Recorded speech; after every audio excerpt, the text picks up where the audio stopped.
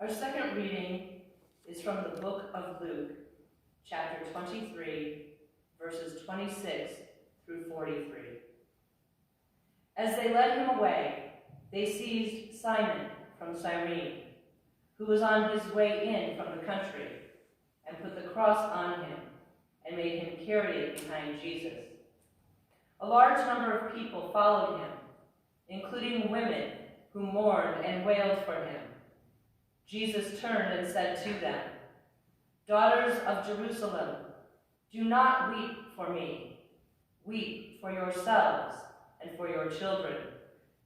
For the time will come when you will say, 'Blessed are the barren women, the wombs that have never bore, and the breasts that have never nursed.'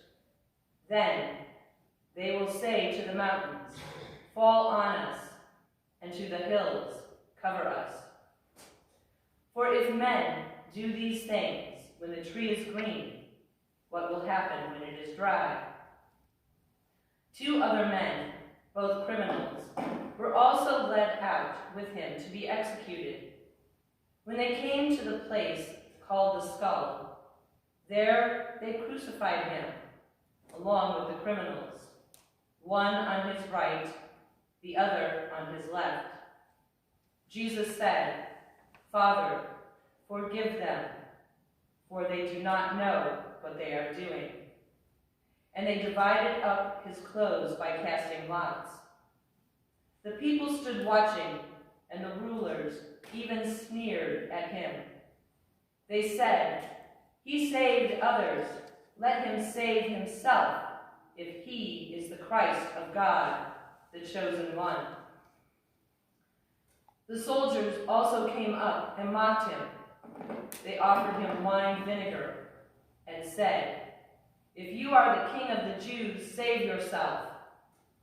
There was a written notice above him which read, "This is the King of the Jews."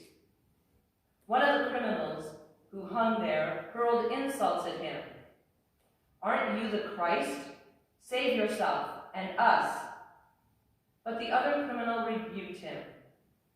"Don't you fear God," he said, "since you are under the same sentence? We are punished justly, for we are getting what our deeds deserve. But this man has done nothing wrong." Then he said, "Jesus, remember me when you come into your kingdom." Jesus answered him, "I tell you the truth. Today